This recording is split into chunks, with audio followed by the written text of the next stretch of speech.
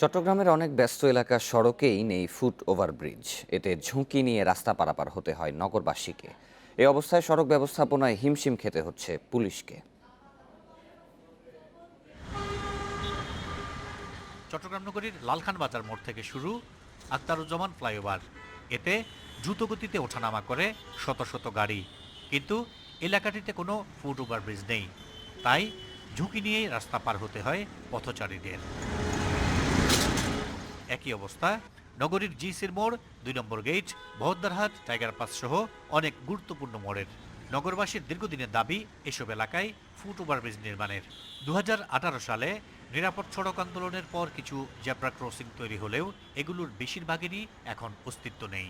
ডিসির মোড় এলাকায় আপনার অনেক মানুষের চাপ, কিন্তু এই জায়গায় একটা ফুট ওভার ব্রিজের খুব দরকার, কিন্তু সেটা এখনো পর্যন্ত করার কোনো ধরনের পদক্ষেপ আমরা দেখতেছি না। আমরা কি জীবন দিয়ে কি প্রমাণ করতে হবে নাকি? এই যে দেখছেন কতগুলা মানুষ পারাপারের বেশি সমস্যা। যদি একটা ওভারব্রিজ হয় তাহলে জনগণগুলো সুন্দরভাবে পারাপার হইতে পারে। পর্যাপ্ত ফুট ওভারব্রিজ ও জেব্রা ক্রসিং না থাকায় সড়ক ব্যবস্থাপনায় হিমশিম খেতে হচ্ছে পুলিশের ট্রাফিক বিভাগকেও। যখনই পারাপারের জন্য গাড়িটাকে সিগন্যাল দেওয়া হয় বা মানুষকে পারাপারের সুযোগ দেওয়া হয়, তখন আবার গাড়ির আপনার জাম বেঁধে যায়। আবার গাড়ি যখন চলে তখন পথচারীকে আবার অপেক্ষা করতে হয় যে কখন আবার ট্রাফিক সিগন্যাল দিয়ে জনগণকে পারাপার করে দেবে।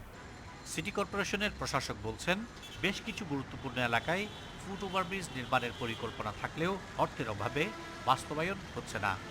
অপরিণামদর্শী ওই ডায়াবেটিস সামনে যেটা বানানো হয়েছে, এটা কেউ চলে না, এটা বন্ধ। মানে যেখানে দরকার সেখানে, এত ওমেন কলেজের এখানে দিতে আবার খুবই একটা উপযোগী হইত। এদিকে নগরীর নিউ মার্কেট ও রেল স্টেশন মোড়ে ৮০ দশকে দুটি ফুট ওভারব্রিজ নির্মাণ হলেও যথাযথ রক্ষণাবেক্ষণের অভাবে ব্যবহার অনুপযোগী হয়ে গেছে অনেক আগেই। Ahsan Liton, Independent News, Chittagong.